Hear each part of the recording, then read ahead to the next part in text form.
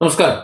Project സിൻഡിക്കേറ്റിൽ കഴിഞ്ഞ ദിവസം ശശി തരൂർ എഴുതിയ ഒരു ലേഖനം കോൺഗ്രസിനെ സംബന്ധിച്ചിടത്തോളം വലിയ ഒരു തിരിച്ചടി, ഒരു ആശങ്ക, പിന്നെ ചില പൊളിച്ചെഴുത്തുകൾ, പിന്നെ മൊത്തത്തില് രാഷ്ട്രീയത്തിലൊക്കെ ഒരു കോളിളക്കം ഒക്കെ സൃഷ്ടിച്ചേക്കാണ്. ആ ലേഖനം മുഴുവൻ വായിക്കുമ്പോൾ സത്യത്തില് ശശി തരൂർ എന്ത് കോളിളക്കാണോ ഉണ്ടാക്കിയത്, കോൺഗ്രസിന് എന്താണ് അതിൽ പ്രശ്നം ഉണ്ടാക്കുന്നതെന്ന് എനിക്ക് മനസ്സിലാകുന്നില്ല. അദ്ദേഹം ശശി തരൂർ എന്ന് പറഞ്ഞ ഒരു വ്യക്തി, അദ്ദേഹത്തിന്റെ ഭാഷ, അദ്ദേഹം എഴുതിയത് എന്തിനെ കുറിച്ചാണ് എന്ന് മനസ്സിലാക്കാൻ കോൺഗ്രസിന് കഴിഞ്ഞിട്ടില്ല, അല്ലെങ്കിൽ അതിനെ ത്രാണിയുള്ളവർ ഇന്ന് കോൺഗ്രസിൽ ഇല്ല എന്ന് മാത്രമേ ഞാൻ മനസ്സിലാക്കുന്നുള്ളൂ.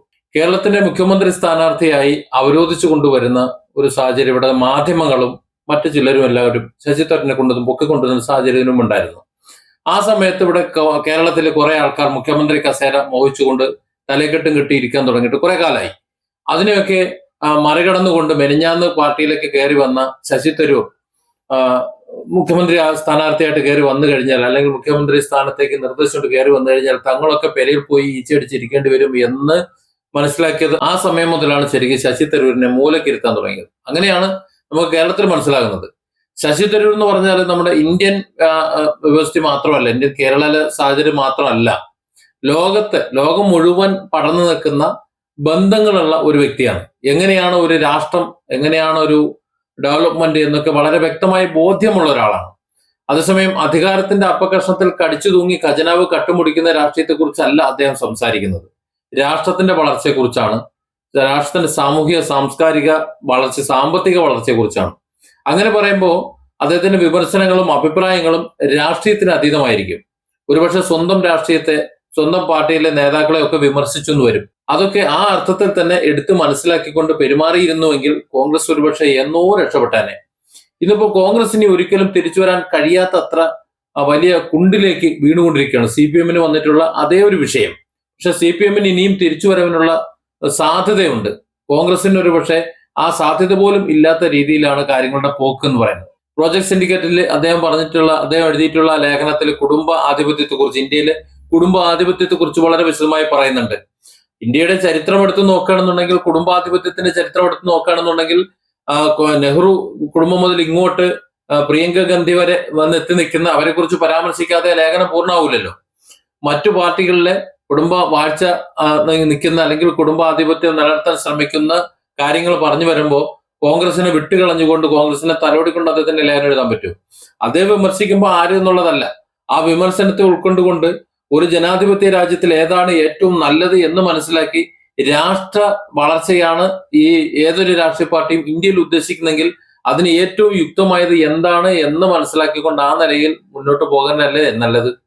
അതല്ലേ ചെയ്യേണ്ടത്. ആ സ്ഥാനത്ത് പറയുന്ന ആളുടെ വലിപ്പവും, പറയുന്ന ആൾ നമുക്കൊരു ഭീഷണിയാണ് എന്ന് മനസ്സിലാക്കിക്കൊണ്ട് അയാളെ കോൺഗ്രസിൽ നിന്ന് തള്ളി, അല്ലെങ്കിൽ അയാൾ സ്വന്തം പാർട്ടിയിൽ നിന്ന് തള്ളി മറ്റൊരു ചേരിയിലേക്ക്, അല്ലെങ്കിൽ വേറെ എങ്ങോട്ടെങ്കിലും ഒക്കെ ഇട്ടിട്ട് സ്വന്തം നേടി നോക്കുന്ന, അല്ലെങ്കിൽ സ്വന്തം സാമ്പത്തിക സ്ഥിതി നോക്കുന്ന, സ്വന്തം അധികാര സ്ഥാനം നോക്കുന്ന ഒരു രീതി ഇന്ത്യൻ രാഷ്ട്രീയത്തിൽ കൂടുതലുണ്ട്. ആ ഉള്ളതിനെ കുറിച്ച് അദ്ദേഹം പറഞ്ഞതേ ഉള്ളൂ. അതൊരു നല്ല കാര്യവുമല്ല ഇങ്ങനെയുള്ള ഒരു കുടുംബ ആധിപത്യം എന്ന് പറയുന്നത്. അധികാരത്തിൽ നിന്ന് ഇറങ്ങിപ്പോകുമ്പോൾ അധികാരത്തിന്റെ ആ ചെങ്കോൽ തന്റെ മകനോ മരുമക്കളോ മറ്റാരെങ്കിലുമോ അവരെയൊക്കെ ഏൽപ്പിച്ചിട്ട് കടന്നു പോകണമെന്നുള്ള കീഴ്വഴക്കം, അത് രാഷ്ട്ര വളർച്ചയ്ക്ക് ഉപകാരമല്ല എന്നുള്ള അദ്ദേഹത്തിന്റെ ആ ഒരു കാഴ്ചപ്പാടിനോട് പൂർണ്ണമായും യോജിച്ചുകൊണ്ട് തന്നെ അദ്ദേഹം എന്തൊക്കെയാണ് പ്രോജക്ട് സിൻഡിക്കേറ്റിൽ പറഞ്ഞിട്ടുള്ളത് നമുക്കൊന്ന് നോക്കാം. ആരെ കുറിച്ചാണ്, എങ്ങനെയൊക്കെയാണെന്നുള്ളത് അതും കൂടെ ഒന്ന് വിശകലനം ചെയ്യാമെന്നാണ് കരുതുന്നത്. ശശി തരൂർ എന്താ പ്രധാനമായും പറഞ്ഞത്? കോൺഗ്രസില് നെഹ്റു മുതൽ ഇങ്ങോട്ട് പ്രിയങ്ക ഗാന്ധി വരെ ഉള്ളവരുടെ രാഷ്ട്രീയമാണോ? അല്ല. ഒരു രാഷ്ട്രീയ പാർട്ടിയിൽ മാത്രം ഒതുങ്ങുന്നതല്ല. മിക്കവാറും എല്ലാ രാഷ്ട്രീയ പാർട്ടികളെയും അദ്ദേഹം എടുത്തു പറഞ്ഞിട്ടുണ്ട്, ഓരോ വ്യക്തികളെയും എടുത്തു പറയുന്നുണ്ട്. ഇപ്പൊ നെഹ്റു ഗാന്ധി കുടുംബം മുതൽ തമിഴ്നാട്, ഉത്തർപ്രദേശ്, പഞ്ചാബ് തുടങ്ങി സംസ്ഥാനങ്ങളിലുള്ള പാർട്ടികൾ, അവിടുത്തെ പ്രാദേശിക പാർട്ടികളിൽ വരെ, ആ സംസ്ഥാനം ഭരിക്കുന്ന പാർട്ടികളിൽ വരെ വരുന്ന ഇത്തരത്തിലുള്ള കാര്യങ്ങളെ എണ്ണി അദ്ദേഹം എടുത്ത് പറഞ്ഞിട്ടുണ്ട്. അത് പറയലാണ് ഒരു രാഷ്ട്രീയ പ്രവർത്തകന്റെ ഉത്തരവാദിത്വം എന്ന് പറയുന്നത്. നമ്മളൊക്കെ അടിസ്ഥാനപരമായി ചിന്തിക്കുന്നത് എന്താ? നമ്മുടെ രാഷ്ട്ര വളർച്ചയാണ്. രാഷ്ട്ര വളർച്ചയ്ക്ക് രാജഭരണം ഇന്നത്തെ കാലത്ത് നടക്കില്ല, ജനാധിപത്യ രാജ്യത്ത് നടക്കില്ല. അദ്ദേഹം പറയുന്നത് പോലെ പിതാവിൽ നിന്ന് മകനിലേക്ക്, അല്ലെങ്കിൽ മരുമക്കളിലേക്കൊക്കെ ഈ അധികാരം ഇങ്ങനെ പകർന്നുകൊണ്ട് കൂടുതൽ വിഭവശേഷിയുള്ള ജനങ്ങളിലേക്ക്, നേതാക്കളിലേക്ക് അത് എത്തുന്നില്ല, അല്ലെങ്കിൽ നേതാക്കളെ സൃഷ്ടിക്കാൻ എത്തുന്നില്ല. രാഷ്ട്രശില്പികളെ സൃഷ്ടിക്കാൻ അത് ഉപകരിക്കുന്നില്ല. രാജഭരണം പോലെ കുടുംബവാഴ്ചയായി ഇങ്ങനെ പോകുകയാണ്. അതിനെ എതിർക്കല്ലേ വേണ്ടത്. എന്തുകൊണ്ടാണ് ജനാധിപത്യത്തിൽ രാജവാഴ്ച വേണ്ടെന്ന് അദ്ദേഹം പറയുന്നത്? എനിക്ക് തോന്നുന്നത് കുടുംബ പാരമ്പര്യത്തിലൂടെയാണ് അല്ലെങ്കിൽ അപ്പൻ അപ്പൂപ്പന്മാർ ഇങ്ങനെ പകർന്നു വരുന്ന ആ ഒരു അധികാരം, അത് രാഷ്ട്രീയം ജനാധിപത്യത്തിന്റെ പേര് പറഞ്ഞുകൊണ്ട് അങ്ങനെയാണ് വരുന്നുണ്ടെങ്കിൽ അതിന് ചില മൂല്യങ്ങളുണ്ട്, ചില മെരിറ്റുകളുണ്ട്, ചില ഉത്തരവാദിത്തങ്ങളുണ്ട്. അത് നഷ്ടപ്പെടുമെന്ന് തന്നെയാണ് അതിന്റെ കാരണം. അത് നഷ്ടപ്പെടും, ഒരു സംശയമില്ല. മാത്രമല്ല, സ്ഥാനാർത്ഥികളെ തെരഞ്ഞെടുക്കാൻ പറ്റുന്ന ഒരു രീതിയുണ്ട് ജനാധിപത്യ രീതിയിൽ. യോജിച്ച ഓരോ ഏരിയയിലേക്കും യോജിച്ച സ്ഥാനാർത്ഥികളെ തെരഞ്ഞെടുക്കാൻ, ആരാണോ ജനപ്രതിനിധികളായി വരേണ്ടത് അങ്ങനെ തെരഞ്ഞെടുക്കാനുള്ള ഒരു സാഹചര്യം ഇല്ലാതായി പോവാണ്. ചുരുക്കം പറഞ്ഞാൽ, ജനങ്ങളാൽ നിയന്ത്രിക്കപ്പെടുന്ന ജനകീയ ഭരണം, ജനാധിപത്യ ഭരണം വരാൻ പറ്റുന്നില്ല. അത് പാർട്ടിയിലെ ചിലർ, പാർട്ടി എന്ന് പറയുമ്പോൾ ആ പാർട്ടിയിലെ ചില നേതാക്കന്മാരായിട്ടുള്ളവർ തന്റെ കുടുംബത്തിലെ ചിലർ തന്നെ നേതാക്കന്മാരായി വരണമെന്നും അവരാൽ ഈ ജനാധിപത്യ സംവിധാനത്തെ നിയന്ത്രിക്കപ്പെടണമെന്നും ആഗ്രഹിക്കുന്നു. അതെങ്ങനെ ജനാധിപത്യമാകും? ഒരിക്കലും അതിനെ ജനാധിപത്യം എന്ന് പറയാൻ പറ്റൂല. ഇങ്ങനെ വരുന്നതിനൊരു കാരണമുണ്ട്. പാർട്ടികളിൽ ജനാധിപത്യ രീതിയിലുള്ള ഒരു തെരഞ്ഞെടുപ്പ് അപൂർവമായാണ് നടക്കുന്നത്. ഇപ്പൊ കോൺഗ്രസിന്റെ കാര്യം എടുക്കുകയാണെന്നുണ്ടെങ്കിൽ, ഈ കഴിഞ്ഞ തവണ അതിന്റെ കോൺഗ്രസ് പ്രസിഡന്റ് സ്ഥാനത്തേക്കുള്ള തെരഞ്ഞെടുപ്പ് നടന്നപ്പോൾ ശശി തരൂർ മത്സരിച്ച് നമുക്കറിയാം. ഖാർഗെയും കൂടെ രണ്ടുപേരും കൂടെ മത്സരിച്ചു. ആദ്യമായിട്ടാണ് അങ്ങനെ ഒരു സംഭവം നടക്കുന്നത്. അപ്പോൾ ഇത്തരത്തിലുള്ള മത്സരങ്ങൾ നടക്കണം. ഇത്തരത്തിലുള്ള മത്സരങ്ങൾ നടക്കുന്നില്ല എന്നുള്ളതാണ് അതിന്റെ ഒരു കുഴപ്പം. അതിന്റെ ഉള്ളിൽ ജനാധിപത്യമില്ല. ജനാധിപത്യത്തെ കുറിച്ച് സംസാരിക്കുമെങ്കിലും പാർട്ടിക്കുള്ളിൽ ജനാധിപത്യമില്ല. അവിടെ പിന്നെ നേതൃസ്ഥാനം കുടുംബാംഗങ്ങൾക്കോ മറ്റുള്ളവർക്കോ അങ്ങോട്ട് കൊടുക്കുകയാണ്. അത് അവർ തന്നെ എന്ന് തീരുമാനിച്ചു. അങ്ങനെ തീരുമാനിച്ചു വിടുമ്പോൾ എങ്ങനെയാണ് അത് ജനാധിപത്യമായ രീതിയിൽ പ്രവർത്തിക്കുന്ന ഒരു പാർട്ടിയാണ് എന്ന് പറയാൻ പറ്റുന്നത്? അവിടെ ഒരു ജനപിന്തുണ നേടിക്കൊണ്ട് അല്ല ഒരു നേതാവ് സൃഷ്ടിക്കപ്പെടുന്നത്. പെട്ടെന്നൊരാളെ അവിടത്തേക്ക് എടുത്ത് വെക്കുകയാണ്. അവിടെ വെച്ചിട്ട് അതിന് മുകളിൽ ഒരു കിരീടവും കയ്യിലൊരു ചെങ്കോലും എടുത്ത് കൊടുക്കുകയാണ്. ശശി തരൂർ വളരെ ലളിതമായ ചില നിർദ്ദേശങ്ങളാണ് മുന്നോട്ട് വയ്ക്കുന്നത്. പക്ഷെ ലളിതമാണെങ്കിലും അതൊരു വലിയ ഒരു കാര്യമായിട്ടാണ് എനിക്ക് തോന്നുന്നത്. ഇവിടെ ഈ നമ്മുടെ രാജ്യത്തെ അവസ്ഥ നമുക്കറിയാം. മൊത്തത്തിൽ നോക്കുകയാണെന്നുണ്ടെങ്കിൽ വളരെ കുറഞ്ഞ ആൾക്കാരിലേക്ക് സമ്പത്തിന്റെ വലിയൊരു ഭാഗം, ഭീമമായ ഭാഗം നിൽക്കുന്നുണ്ട്. അതിനേക്കാൾ ഒരു അല്പം കൂടി വലിയ ഒരു സംഖ്യയിലേക്ക് ബാക്കിയുള്ളതിന്റെ ഏകദേശം ഭീമമായ ഒരു സാമ്പത്തിക നില നിൽക്കുന്നുണ്ട്. പിന്നെ വളരെ തുച്ഛമായ ഒരു സാമ്പത്തിക നില കേരളത്തിലെ നൂറിലധികം വരുന്ന കോടികളിലേക്ക് വിന്യസിക്കപ്പെട്ടിരിക്കുകയാണ്. അതായത് ഉറുതുണിക്ക് മറുതുണിയില്ലാത്ത ഒരു വലിയൊരു വിഭാഗം ഇപ്പോഴും ഉണ്ട്. അവരിലേക്ക് പ്രാതിനിധ്യമോ അല്ലെങ്കിൽ അവർക്ക് ഈ ജനാധിപത്യ സംവിധാനമോ എത്തിയിട്ടില്ല ഇതുവരെ. ഇപ്പോഴും പ്രാകൃത ഗോത്ര സമൂഹങ്ങളായി അല്ലെങ്കിൽ ചേരികളായി നിന്ന് പരസ്പരം തല്ലുന്നു. അത് വർഗീയ സംഘർഷങ്ങളായി ഇവിടെ വിലയിരുത്തപ്പെടുന്നു. ചിലപ്പോൾ അത് മതപരമായിട്ടുള്ള വലിയ ചർച്ചകൾക്കും മുതലെടുപ്പിനും വരെ ഇവിടെ ഇടയാകുന്നുണ്ട്. അപ്പോൾ ആ സാഹചര്യം മാറണമെന്നുണ്ടെങ്കിൽ പാർട്ടിയിലും ജനാധിപത്യം വരണം. എല്ലാ മേഖലയിൽ നിന്നും നേതാക്കന്മാർ, കഴിവുള്ളവർ ജനപ്രതിനിധികളായി വരണം. അതിന് പാർട്ടിയിൽ ആന്തരിക ജനാധിപത്യം വരണം. കോൺഗ്രസിൽ വരണമെന്നല്ല പറഞ്ഞത്, എല്ലാ പാർട്ടികളിലും ആന്തരിക ഒരു ജനാധിപത്യ രീതി വരണം. അങ്ങനെ വരുമ്പോൾ പുതിയ നേതാക്കൾ ഉണ്ടായി വരും. അങ്ങനെ പുതിയ നേതാക്കൾ ഉണ്ടായി വരുമ്പോൾ ഈ വികേന്ദ്രീകൃത ഒരു പ്രവർത്തന ഘടന വരും. ഗ്രാമങ്ങളിലേക്കും ഇത് ഇറങ്ങിച്ചെല്ലും. അവരുടെ ജീവിത രീതി എന്താണ്? ഈ നേരത്തെ പറഞ്ഞ വിഭാഗത്തിൽ വലിയൊരു വിഭാഗത്തിന്റെ വൈജ്ഞാനികവും സാമ്പത്തികവും സാമൂഹിക പശ്ചാത്തലം മോശവുമായ ഒരു സാഹചര്യമുണ്ട്. അപ്പോൾ ഈ ഒരു സാഹചര്യത്തെ എങ്ങനെ മാറ്റിയെടുത്തുകൊണ്ട് ഇന്ത്യയെ വളർച്ചയിലേക്ക് കൊണ്ടുവരാം, വളർത്തിയെടുക്കാം, മറ്റു വികസിത രാജ്യങ്ങൾക്കൊപ്പം എത്തിക്കാം എന്ന ഒരു ചിന്ത വരും.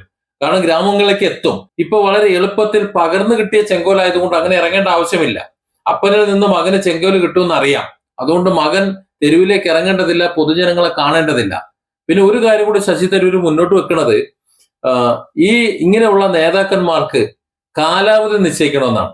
ഇപ്പോ ഇന്ത്യയിൽ ഒരു പ്രതിനിധിക്ക് ഒരു 5 വർഷമുണ്ട്. ഇപ്പൊ ഒരു പാർലമെന്റേറിയന് ഒരു 5 വർഷം കഴിയുമ്പോൾ ഇറങ്ങിപ്പോണം. അതുപോലെ മറ്റ് MLA-ക്ക് 5 വർഷം കഴിയുമ്പോൾ ഇറങ്ങിപ്പോണം. ഏത് സംവിധാനമായാലും ഒരു മിനിമം കാലാവധി വെച്ചിട്ടുണ്ട്. ആ കാലാവധി കഴിയുമ്പോൾ ഇറങ്ങിപ്പോണം, പോയേ പറ്റുള്ളൂ. എന്നിട്ട് പുതിയ ഭരണ സംവിധാനങ്ങളും പുതിയ നേതൃത്വം വരും. ഒരുപക്ഷെ അവർ തന്നെ തെരഞ്ഞെടുക്കപ്പെട്ടേക്കാം. പക്ഷെ എങ്കിലും അങ്ങനെ ഒരു തെരഞ്ഞെടുപ്പ് അവിടെ നടക്കുന്നുണ്ട്. ആ ഒരു മാറ്റം, ആ ഒരു നേതൃമാറ്റവും ആ ഒരു തെരഞ്ഞെടുപ്പും ഇതിനകത്ത് ഉണ്ടാകണം. നേതാക്കന്മാർക്ക് ഒരു ലിമിറ്റ് പീരീഡ് മാത്രം നേതാവായിരുന്നാൽ മതി. പിന്നെ പുതിയ ആൾക്കാരെ, കാഴ്ചപ്പാടുള്ള പുതിയ തലമുറയിലെ വികസന കാഴ്ചപ്പാടുള്ളവരെ ഒക്കെ അവിടേക്ക് കൊണ്ടുവരേണ്ടതുണ്ട്. അതിനുള്ള വഴിയൊരുക്കണമെന്നാണ് പറയുന്നത്. വെറുതെ കുറെ കുടുംബ ബന്ധങ്ങളും അതും ഇതും നോക്കാതെ കഴിവും അവരുടെ സേവനം നോക്കിക്കൊണ്ട് ജനാധിപത്യ രീതിയിൽ നേതാക്കന്മാരെ തെരഞ്ഞെടുക്കുക. അങ്ങനെയാണെങ്കിൽ മാത്രമേ പാർട്ടിക്ക് ഒരു അടിത്തറ ഉണ്ടാവുള്ളൂ. ഏത് പാർട്ടിക്കും. എനിക്ക് തോന്നുന്നു കോൺഗ്രസിന് ഒരു അടിത്തറ ഇല്ലാതെ പോയത് ഈ കുടുംബാധിപത്യം വന്നത് കൊണ്ടാണ് എന്നാണ്. കഴിവുള്ള എത്ര പേരുണ്ട്? ശശി തരൂരിനല്ലേ ഉദാഹരണം. UN സെക്രട്ടറി ജനറലായിട്ട് മത്സരിച്ച ആളാണ്. ഒരു വേള ജയിക്കുമെന്ന് ഉറപ്പുള്ള ഒരു വ്യക്തിയായിരുന്നു. ലോകത്തിന്റെ നേതാവ്, ലോക നേതാവായി മാറാൻ കഴിയുന്ന ഒരു വ്യക്തിയാണ് ഇന്ത്യയിൽ നിന്നുകൊണ്ട് ഈ രീതിയിൽ സംസാരിക്കേണ്ടി വരുന്നത് എന്ന് അത്യന്തം ഖേദകരമല്ലേ? അദ്ദേഹത്തിന്റെ വാക്കുകളെ അതേ അർത്ഥത്തിൽ തന്നെ എടുത്തുകൊണ്ട് ഇന്ത്യയിലെ രാഷ്ട്രീയ പാർട്ടികൾ മാറണമെന്നുണ്ടെങ്കിൽ ഇന്ത്യയുടെ വളർച്ചയ്ക്കല്ല ഇത് ഉപകരിക്കുക. അതുകൊണ്ട് തന്നെ ശശി തരൂർ പറയുന്ന കാര്യങ്ങൾക്ക് വളരെ പ്രാധാന്യമുണ്ട്. ആ ലേഖനങ്ങൾ ഉദ്ദേശിച്ച വിധത്തിലല്ല മാധ്യമങ്ങൾ ചർച്ച ചെയ്യുന്നത് എന്ന് തോന്നുന്നു. ജനാധിപത്യം എന്ന് പറയുന്നത്, നമ്മുടെ രാജ്യത്തിന്റെ ജനാധിപത്യം എന്ന് പറയുന്നത് കുടുംബാധിപത്യമാകരുത്, കുടുംബത്തിന്റെ അവകാശമാകരുത്. കുടുംബങ്ങളിൽ നിന്ന് കുടുംബങ്ങളിലേക്ക്, കുടുംബാംഗങ്ങളിലേക്ക്, അപ്പനിൽ നിന്ന് മക്കളിലേക്ക്, അല്ലെങ്കിൽ മരുമക്കളിലേക്ക്, ചെറുമക്കളിലേക്ക് ഇങ്ങനെ പോകുന്ന ഒന്നായിരിക്കരുത് ഇവിടുത്തെ ജനാധിപത്യം എന്ന് പറയുന്നത്.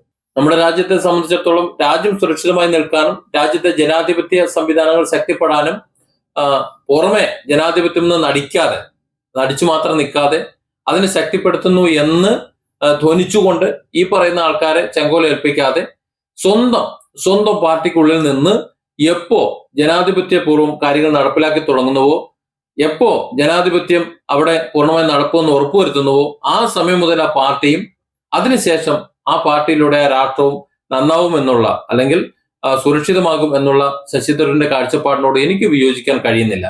പക്ഷെ ഈ ഒരു അർത്ഥത്തിൽ മാധ്യമ ലോകം ചർച്ച ചെയ്യുന്നില്ല എന്നുള്ളതാണ് ഏറ്റവും ഖേദകരമായ ഒരു വസ്തുവായിട്ട് ഞാൻ കാണുന്നത്. ഇവിടെ കോൺഗ്രസിനെ തകർക്കാൻ വേണ്ടി, കോൺഗ്രസിനെ പിളർത്താൻ വേണ്ടി, ശശി തരൂരിന്റെ പാർട്ടി വിടാൻ വേണ്ടി, അല്ലെങ്കിൽ കോൺഗ്രസ് ശശി തരൂരിനെ തള്ളിക്കളയാൻ വേണ്ടിയിട്ട്, സസ്പെൻഡ് ചെയ്യാൻ വേണ്ടി, പുറത്താക്കാൻ വേണ്ടിയൊക്കെയുള്ള നാടകങ്ങളായിട്ട് മാത്രമാണ് ഇവരിത് കാണുന്നത്.